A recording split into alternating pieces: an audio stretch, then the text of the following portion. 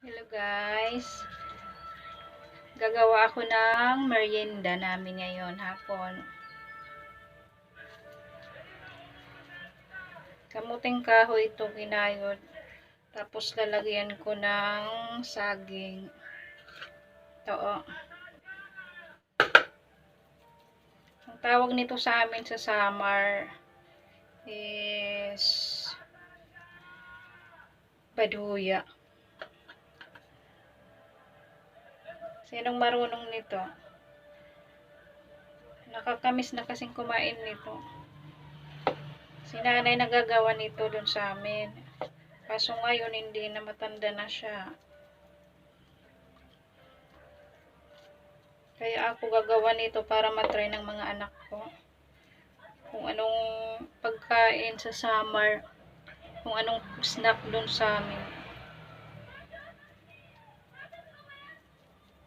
Ganito lang siya guys. O, ito nakagawa na ako.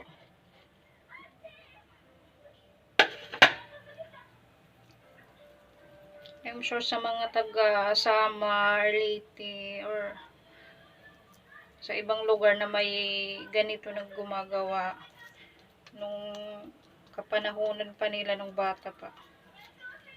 Marunong sila nito.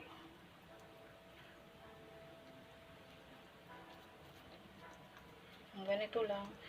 Make sure guys na malinis yung kamay nyo ha. Huwag yung galing sa CR pa kayo.